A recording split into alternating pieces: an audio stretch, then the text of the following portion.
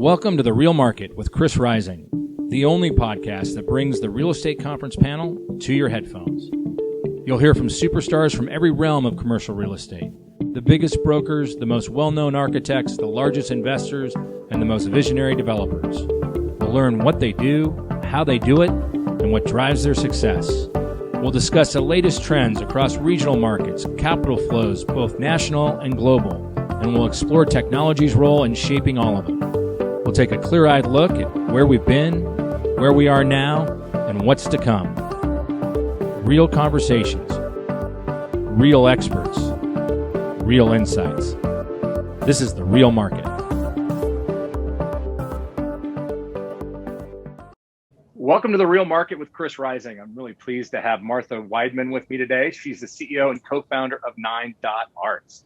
And Martha was introduced to me, what I find kind of interesting these days, via Twitter. And then we started having some email back and forth. And after understanding a little bit about 9 Arts, I was like, wow, this could be something really interesting as we talk about a post-COVID world, as we talk about what life is going to be like for people who work in offices, for people who really work in cities. So, Martha, I'm really pleased and excited to have you on the podcast. Thanks for being here. Thanks so much for having me. I'm happy to be on the show today. Well, so I don't steal your thunder. Maybe would you mind giving the audience a little bit about what 9 Arts is and how it's grown and just kind of the elevator pitch. Yeah, so 9 Arts is a corporate art consulting company, and we help bring impact and value to real estate through art and culture. So sometimes people don't always think how to create a placemaking strategy or how to attract people to a building, but it's that last finishing touch that usually defines our memory of a place. So we focus on those finishing touches, but we plan for them years before you see them. So we've completed over 825 commercial real estate projects in the United States. And we've contributed over $35 million to the creative economy. We started about 12 years ago in the last recession. And after going through two different recessions, have learned a lot about not only running the business, but how to really transform places to create a comeback.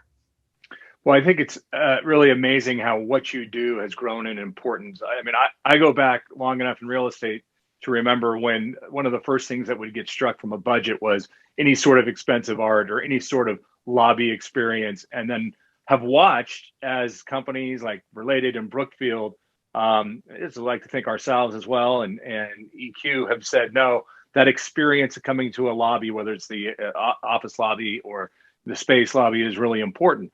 But I will tell you that my experience, I've always kind of said, well, I guess my architect's going to handle that. And very rarely, going back years, did I ever get involved. That's changed. But how have you seen that evolve? It used to, I remember being in meetings where people would be like, let's just get the cheapest art we could get. What photos can we just put up? Mm-hmm. What's been your experience and how that's evolved? Well, I think the evolution has really happened on the audience and the user side, right? Tenants recognize quality. People recognize quality now. And so the quality of your building should be reflected in everything that you do.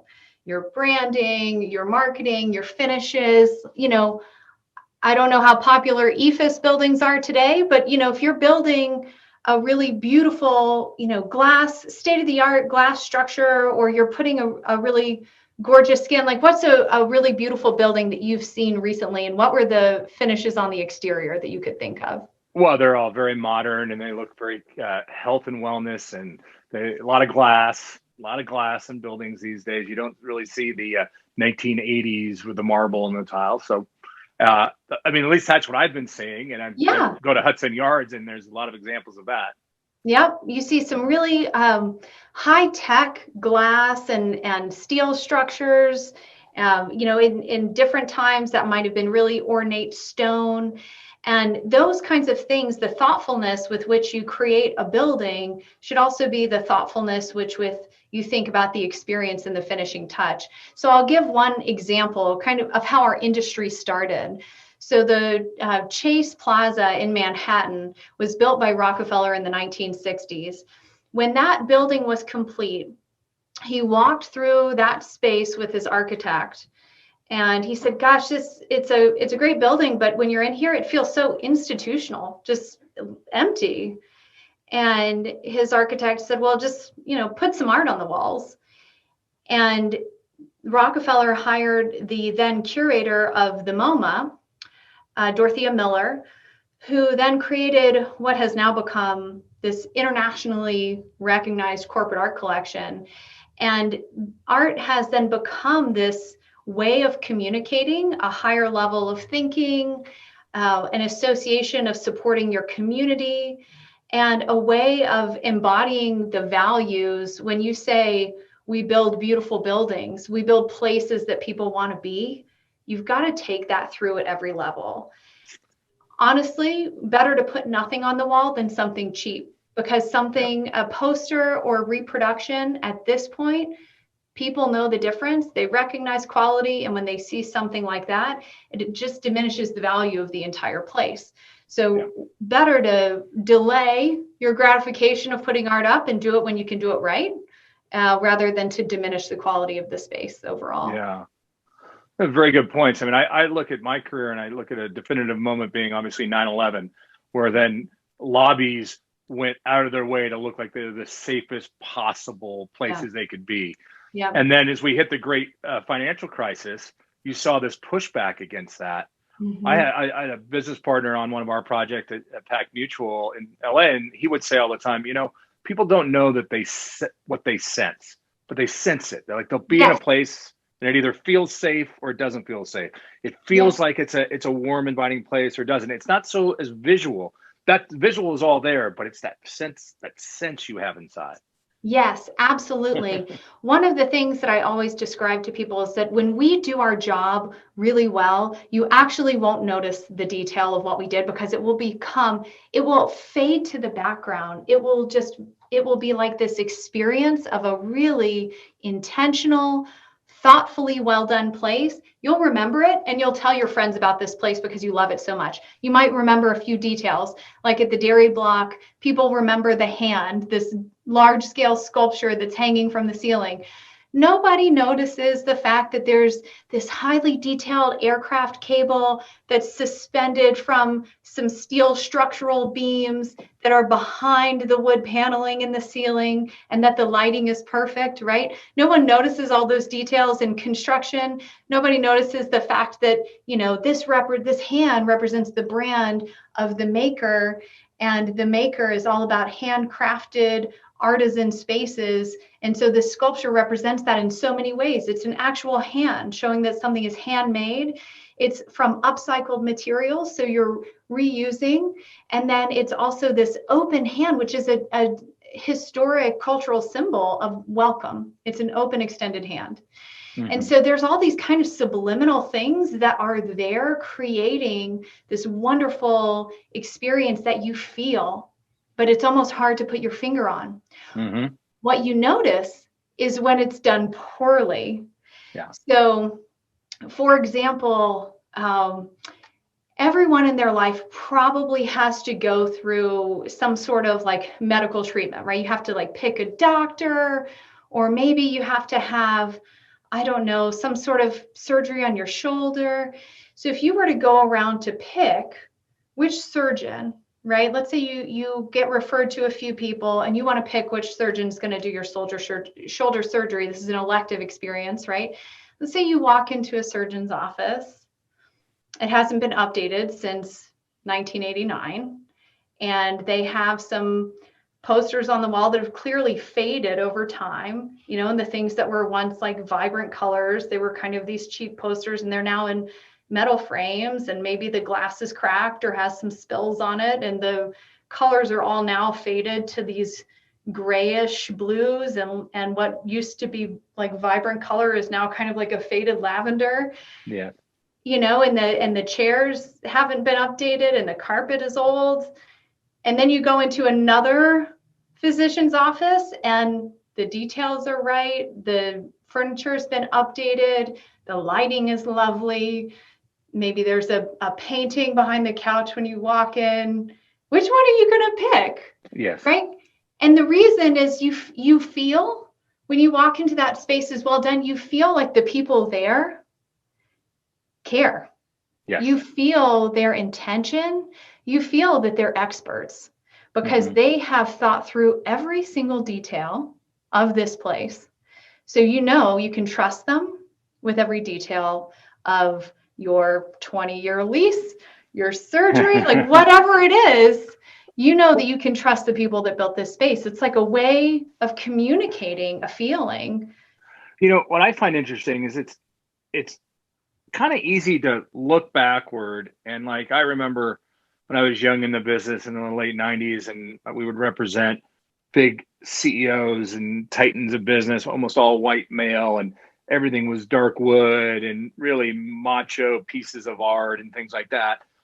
And then we've gone through a couple of things we mentioned. And I look back today to where we are today, and the best lobbies, the best space doesn't have any of that feel anymore. Now, obviously, I'd like to think, I don't know if the numbers back it up, but I like to think it's because it's a more inclusive business environment and you have more than mono thinking about art that should be there. But in your career, have you seen anything definitive about how things started to evolve away from the very masculine wood paneling and art, and that would be reflective of that? What's been that line for you if you were to look back? Because it's certainly changed, as you were saying, that hand and that what that represents is a lot different than the artwork of 25 years ago.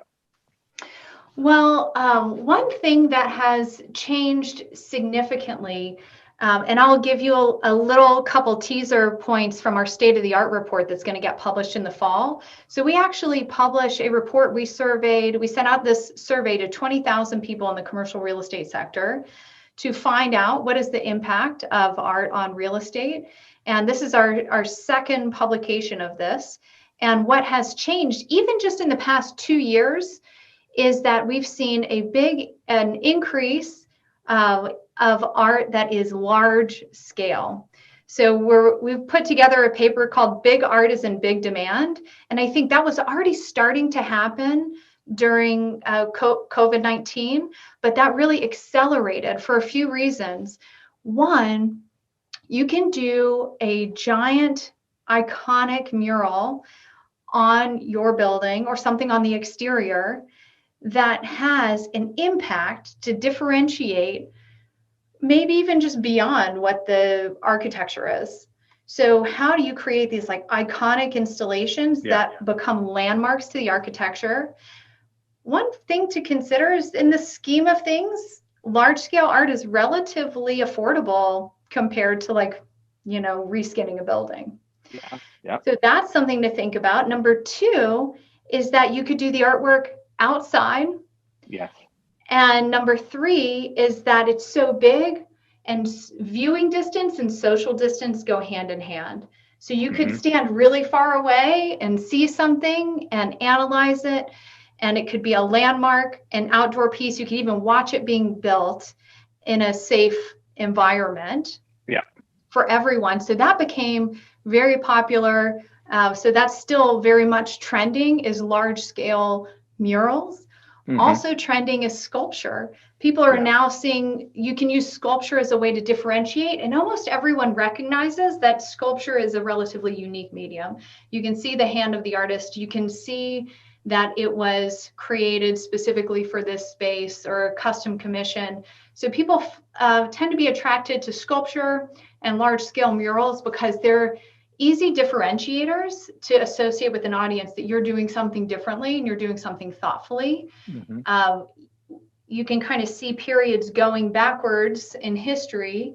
You can see, for example, there was a time when in the 1970s, a lot of corporate collections are monoprints or lithographs, and they're generally abstract expressionists. So they might be pretty minimal patterns. And they're usually framed in metal frames. And then in the 1980s, photography became a pretty popular thing for corporate collections, 80s and 90s. And then more recently, you see the evolution into things that are more, where you can see the artist's hand a little bit more clearly, like a sculpture or a mural. So let me ask you this. How much of the work that you've done has been purely with a private developer where there's a lot of control and how much is in more in the public private setting. Because I've seen some great big fights here in Southern California around art that the developers required to provide, and then getting to something that the community will accept. Wow, it can be a battle. So what's been your experience with that?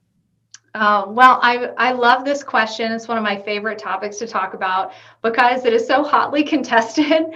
We work with private developers. I love working with private developers for a few reasons. Number one, when you choose to have artwork as a part of your project, when you choose what artist represents your brand, you're a lot more invested in the outcome. And then it becomes part of your marketing materials. It becomes part of the sales pitch. It's so fully ingrained in the vision of what this place is.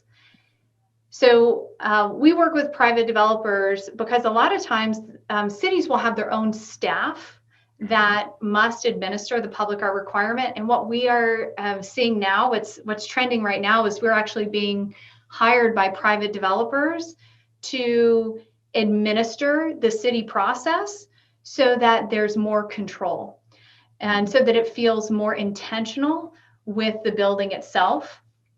What can be kind of a common challenge is a story we call plop and drop sculpture, where there's this percent requirement for art and no one's really thinking about it or planning for it. And then someone at the city says, oh, you need to buy something.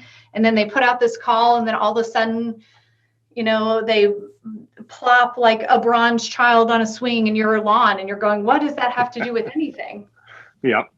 So we are more and more being hired by private developers to help manage that process with the city, to make sure that the calls are going out to a broader set of artists, and to make sure that the selection process is calling with the brand in mind. Yeah. I'm not sure if everyone in my audience would understand that it's one thing to go through an entitlement process and get a project approved and all that, and you think you're done. But the public art process it's a campaign. It's a political campaign. You choose something, you think you like it, you've got to go in front of the public and persuade people. And it's not a minor thing. I try to tell people when we've done certain projects over the years, and just the passion people will bring. And if they don't like something, you're going to hear it, and you may have wasted a lot of time and money. So it makes all the sense in the world that you would a developer would hire you to get involved early. Mm-hmm. To manage the committee. We help manage the committee in the process. Yeah. And the city. Yeah. And the individuals. Well, let's take a quick of a U-turn here, and just, how did you get into this? I mean, this is not, were you a designer? What was when you were younger, like, how did you go from, I really like art and I really like the art world, to, I want to go deal with a bunch of egomaniacs and tell them that they should like this piece of art to put in their building? Maybe it's not like that, but Well, okay. First, I always focus on value creation. And I'll tell you a little bit of how I got here. I love working with developers. I love working in the private sector because we have timelines, we have budgets, we have brands, and those sort of constraints, believe it or not, creativity works best with a few really strict constraints around it. And so once you put those constraints in place, we can actually operate incredibly effectively. So I love the private sector. To give you a quick backstory, so I'm born and raised in Mobile, Alabama, on the Gulf Coast. Wow. And I had a pretty unique upbringing in that kind of half my family is what I would call blue blood, where they collected antiques. My grandmother was an artist, and they were all studying the finer things. And then half my family was farmers in Mississippi, and so they worked with their hands. I learned how to build things from them, paint fences, build houses. So I had a really unique upbringing that involved like construction and working with your hands, and then concept and like thinking through with your mind what these ideas mean. And that formed through a formal education in arts and communication. And I worked in a gallery when I first started in the professional realm. At the gallery, I was a grunt. I did spackling for installations. I ran the events on the evening shift. it was hard. It was hard work because you're working really long hours and standing in heels on concrete floors. I know no one feels sorry for me right now, but it really is hard because you're doing labor part of the day, and then you're like having to, put on kind of a show face for part of the day as well. Yeah. But you have to do it all.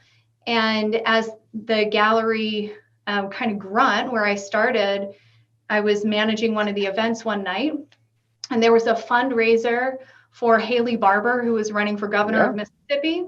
Yep. And there was a big group of people there. And one of the couples was really interested in the sculpture. And I was just telling them the story of how this sculpture came to be. It was made from this ancient wood from the El Camino Royale in Northern California. And the artist, the sculptor, had some friends who worked for the Forest Service and had this cache of wood. And she created this gorgeous 20-foot tall wood sculpture that looked like a tablet with big golden rings going through it. Absolutely beautiful sculpture. She had driven it down to the gallery in Denver in her horse trailer from her ranch in Montana. And It's just a great story. Phoebe Knapp was the sculptor, wonderful person. And then the people that I was speaking with said they would like to buy that.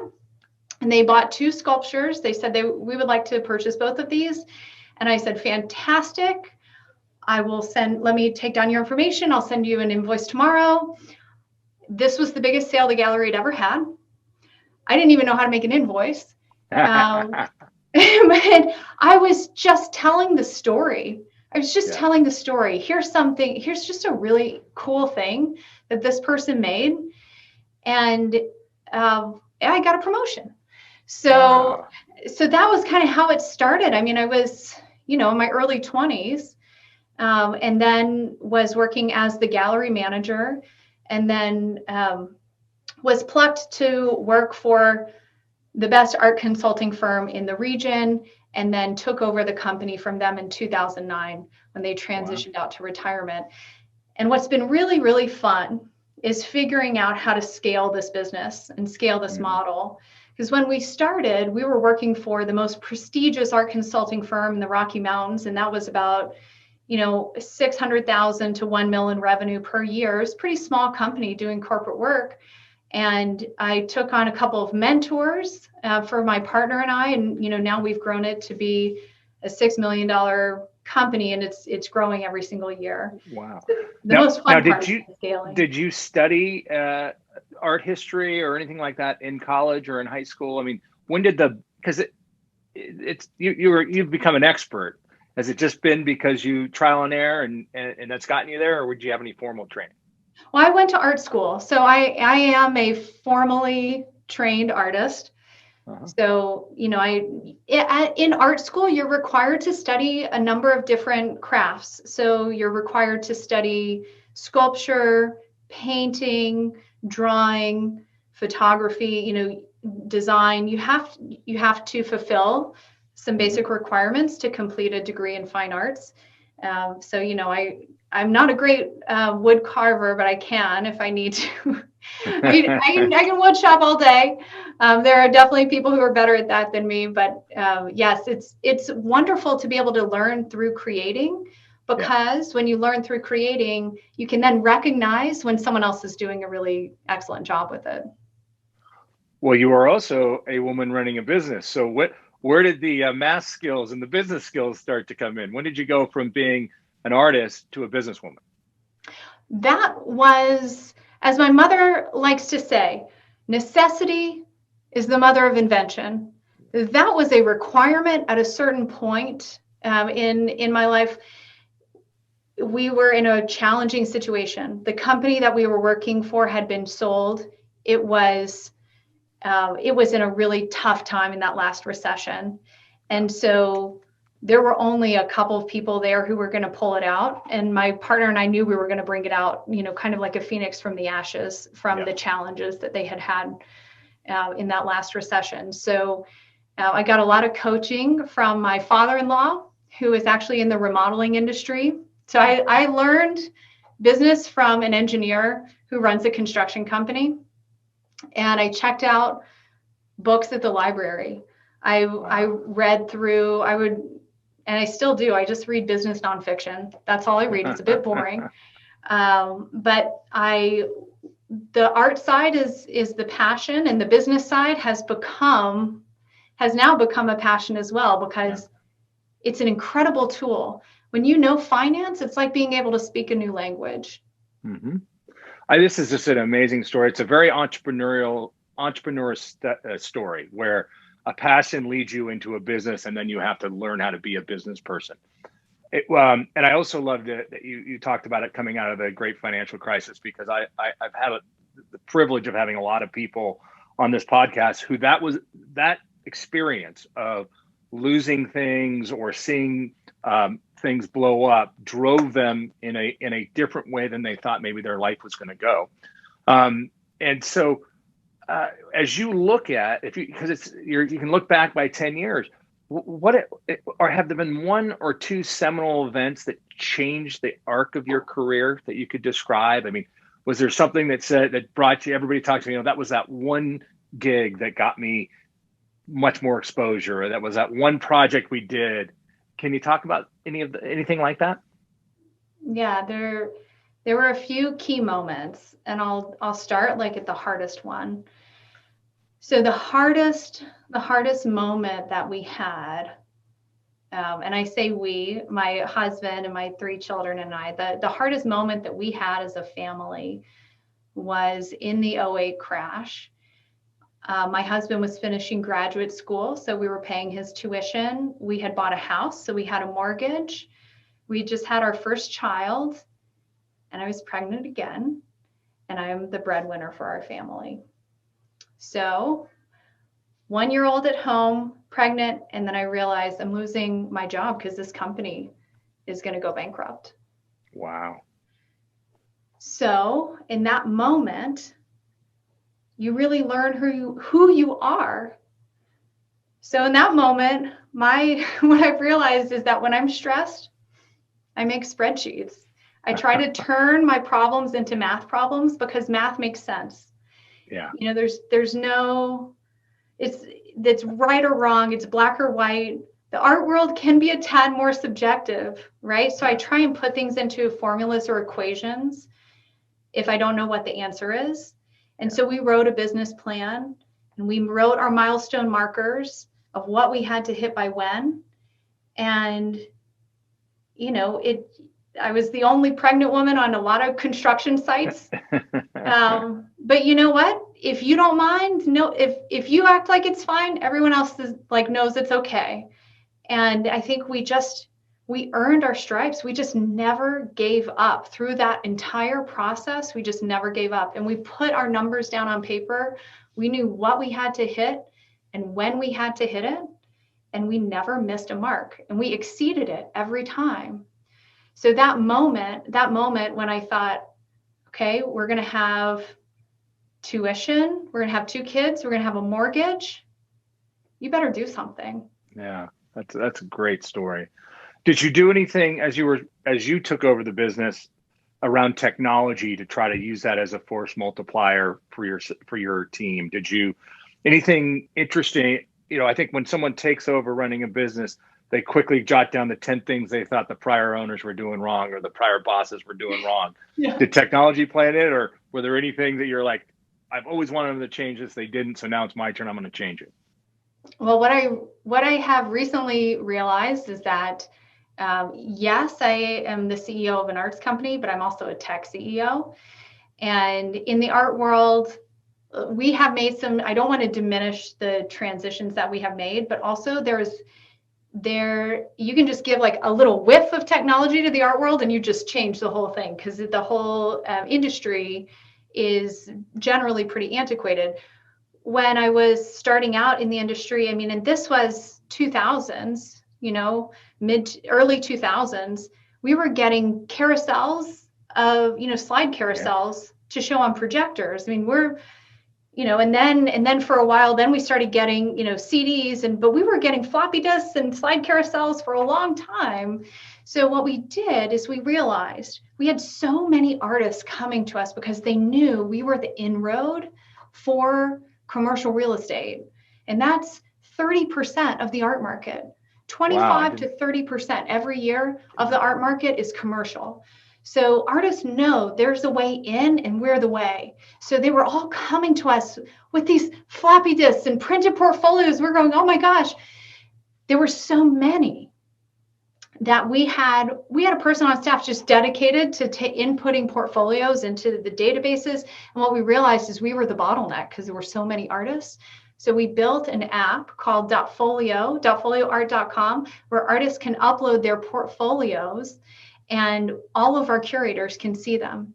So now we have a database that includes close to 10,000 artists from 14 different countries, and it's all searchable by things we're looking for. So let's say we were, working on a project in La Jolla, and we were looking for someone who does sculptures that have a certain, look that might be modern. Then we could return results that way. And we also have an on-staff researcher who's always going out and finding new things. But gosh, that ability to use technology just changed the way that we could share information between our curatorial team and artists and each other. That is such a great story. It gives me goosebumps because you transformed something that in the business that hadn't been done before. Did you have roadblocks that came up? Did people what were some things as you were saying, no, we're going to move towards this, we're going to create this app? Did you have naysayers? Did you have to fight any battles with that? Well, I think one thing that's important about new ideas is when they're fledgling, when they're little babies, you don't tell everyone about what you're doing.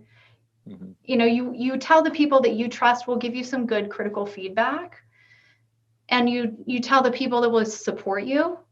Yeah. But you don't tell everyone, because sometimes you have to keep your idea protected to get it off the ground. Yeah. Building an app from scratch is definitely one of the hardest things I've ever done. Yeah. We're on version 3.0. I'd say I solidly flopped version 2.0, over-engineered it, overbuilt it, and then had to scale it all back for 3.0 and 4.0. But you're learning, right? You're just constantly learning and getting better every day. And that's what we try and focus on. How do we bring efficiencies? That's the artist side of the app that we use. We've got, a new ERP system. And if my CFO and COO were in here, they would go talk about the ERP because we're automatically sending out, we've got all of our payments to artists are all automated. Receivables is all automated. Wow. There's little things that you don't realize as a small business just really take your time. And the more you can automate, the more you can actually focus on what matters. You just have such an amazing story from in your early 20s at an art gallery to now being a tech CEO around the art world, which is terrific. Not what I expected, honestly. Do you find there are any unique challenges in what you do being a woman and a mother? Have you come up against things where you felt like you touched a glass ceiling and it wasn't fair, or any story like that you feel is important to tell? I think it's easy to focus on the negative, right? Everyone's had a challenging situation because of who they are, what they look like, where they came from. And, I also have a lot of privilege in my life too. So I feel like for me, the more important thing is to really always identify and acknowledge those people that help you along the way. Because, for every one bad experience, there are 10 people that will help lift you up. And you have to find who they are and just appreciate them.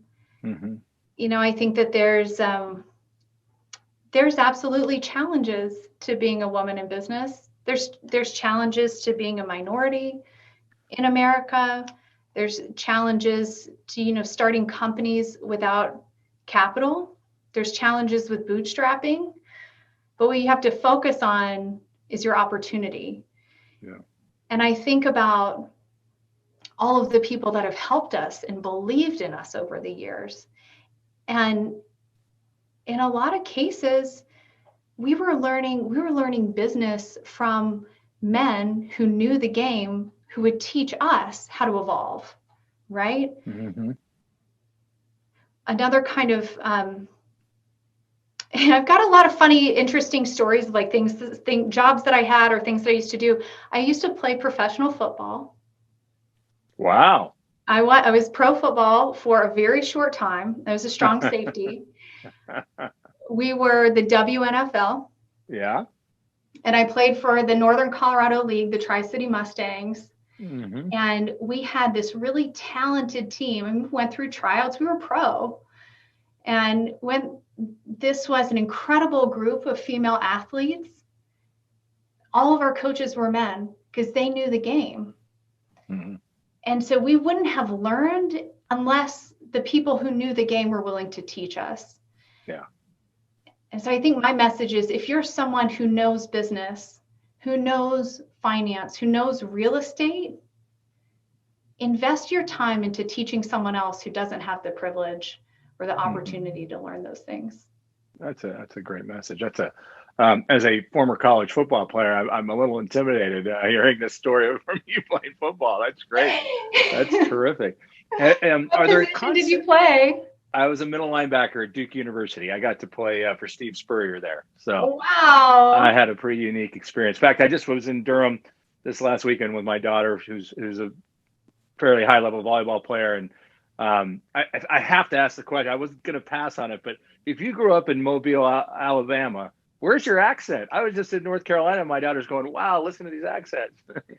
I worked real hard on that, Christopher. Thank you for asking. Yeah. If I talk to my sister, you'll hear it come out in Yeah. less than a minute. I had some really great training. So when I mentioned I went to college for art, I also went to school for communications. Okay. And in communications, one of the things that we studied in broadcasting, this is really quite interesting. The Northern Colorado accent is the most neutral accent in the country. And so a lot of times people study Northern Colorado in order to be understood. Mm-hmm. And so as the CEO representing a national brand, I try and present myself in the way that is going to be the most easily understood by the most people. But trust me, I love talking Southern. That's great. Well, my daughter got introduced to grits and Brunswick stew this last weekend, so it was so much fun. Wow, and talk about a growing place. North Carolina has really taken off. It's amazing, and it's amazing, and it's a good segue because what I find amazing what's happening in North Carolina is the influence of the tech companies and what the tech companies are bringing as they build these amazing campuses there. What you do is kind of important to Apple or Facebook, and you see the mega architects. Facebook hires Frank Gehry. The piece of the art around these campuses is really important. Are you finding that you're getting it's not just real estate developers, but major corporations saying, we need you involved early. We need you involved from the outset. And I mean, it's a little different way of doing. We've always had corporate real estate. People built boom towns, but what they're building now are literally the structures are pieces of art. Well, you can imagine, as a large scale tech company, people might not be so friendly when you're moving in. Yeah. And to make a way to connect with your community is critical, because you're going to be hiring from that community. You need to retain your talent in that community. You need to be able to attract people with a positive message. And art and culture has become this tool for community outreach, for building social capital, and for attracting and retaining incredible talent. So it would come as no surprise that some of the tech companies that I know all of your listeners have used today have retained us. I'm under non-disclosure, so I can't say their names, but we are under retainer for big tech to do some of their art for their offices with local artists to support the community, right? This is really important. It's really important. You can't just be disattached or disassociated from the cities where you work. as a large organization. You have to find those inroads. Well, with clients like that, I'd love to get your thoughts. So we've just come out of almost 18 months of COVID and people working from home. And, there's been, I'll say, some real positive things. I've gotten to be around my family a lot more and watch my two 16-year-olds and my 11-year-old grow and interact with them the way I wouldn't have in the past. But now life is starting to come back. What is it that you're seeing companies do? Number one, do you think remote work, especially in the tech world, is something that's going to stick and offices won't have an important place? Or what are you seeing happening as it relates to your business and the reopening of American business? Well, in some of the big tech that we're working for, they have access to big data and they're surveying staff. And generally, staff are coming back in September as opt-in. They want to be there. Are people going to be there full time, 9 to 5 every day? No. But are people coming back to the office? Yes. And are companies investing in their spaces in preparation for this? Absolutely. Will office space continue to be successful? I hands down believe so. And the reason is that we can be more productive in certain things at home. But how do we mentor our younger staff? How do we build culture? How do we collaborate? We collaborate because we develop rapport when we're together. We're humans. We're social creatures. We want to see each other. And maybe it doesn't have to happen every single day, but most days, people want to feel like they're a part of something. Yeah. And we haven't hit the FOMO part yet, right? Wait till that first person who gets the promotion because they were there all the time, or that closes the big deal because they got on an airplane. So I do think those things are coming back. It's been hard for everybody, but I do agree that things are opening up and things are coming back. And I'm excited to see some of your projects. I'm really excited to. I've really enjoyed this conversation. We've been trying to do this for a while, and I got busy and you got busy and we did it. But I was talking to my assistant. I'm like, I think this is going to be one of the better conversations I've had in a while. And it is. So I really appreciate it. Oh, really, well, thank you so much for having me on. It was so fun to get to talk to another football player. That's right. A parent, and see what you're using to bring ways to communicate and connect with your kids on tech. I love that. Yeah, well, it's terrific. Well, thank you for being on the show. And please don't forget to follow us. We'd really appreciate it if you subscribe to the podcast. You can do that on Apple iTunes or any of the other podcasting services. It's The Real Market with Chris Rising. And follow us on Twitter at Chris Rising or at RisingRP. And please follow our blog, chrisrising.com or risingrp.com. Thanks so much. This episode of The Real Market is brought to you by Rising Investor Platform. The platform provides accredited investors with exclusive real estate investment opportunities on a deal-by-deal basis across various asset classes, including office, industrial, hospitality, multifamily, and data. The platform also provides an inside look at deals in our pipeline while giving investors the chance to indicate interest before it's too late. We recently funded our acquisition of 9320 Telstar, a mixed-use office industrial property in El Monte, California, using our investor platform. To learn more about how accredited investors can join the Rising Investor Platform, please visit risinginvestorplatform.com.